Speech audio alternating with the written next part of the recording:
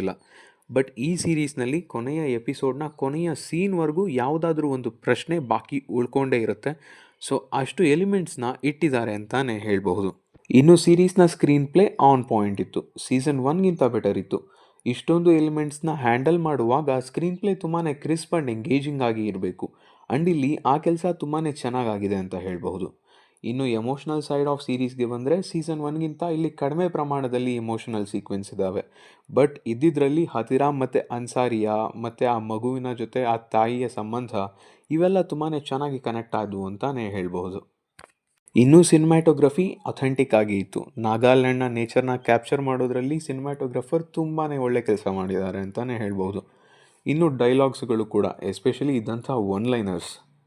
ನಾನು ಪಾತಾಳ್ ಲೋಕದ ಪರ್ಮನೆಂಟ್ ನಿವಾಸಿ, ಅವನಿಗೆ ಅರ್ಹತೆ ಇದ್ದಿದ್ದೇ ಇಷ್ಟು, ಈ ರೀತಿಯ ತುಂಬಾ ಹಲವು ಡೈಲಾಗ್ಗಳು ಸೀರೀಸ್ಗೆ ಪಾಸಿಟಿವ್ ಆಗಿದ್ದಾವೆ ಅಂತಲೇ ಹೇಳ್ಬಹುದು.